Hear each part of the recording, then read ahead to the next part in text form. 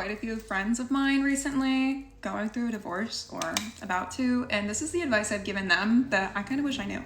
First off, there's going to be a lot of rumors from the other side that you can't react to. I heard from a mutual friend that I was cheating with multiple people, and I did not know that. Brand new information to me.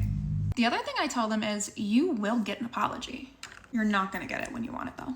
And what I mean by that is it's going to come months later when they realize what they did. Don't feel like you failed. Don't feel like your life is over. Don't feel like you're starting from scratch.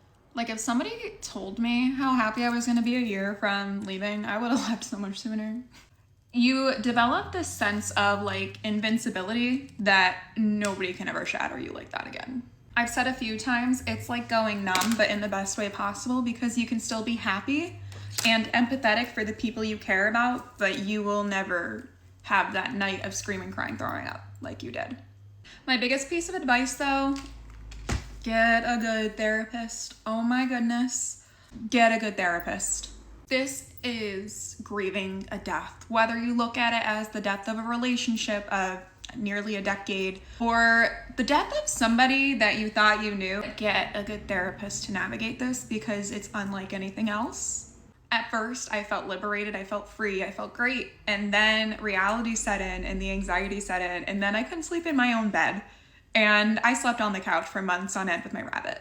I truly mean, like, I was paralyzed. There were times I couldn't leave my house. If I didn't have to work, I wouldn't have gone anywhere. I wouldn't have seen anybody. There's honestly so much from that time in my life I wish I could have been better prepared for, but obviously nobody prepares to go through a divorce, especially at such a young age. Like my brother told me, and I think was one of my biggest factors as to why I had to leave, you know, if they do you wrong like that, they're gonna do it again. They may never do it to anybody else again. They may learn from this, but they're gonna do it to you again because they know they can.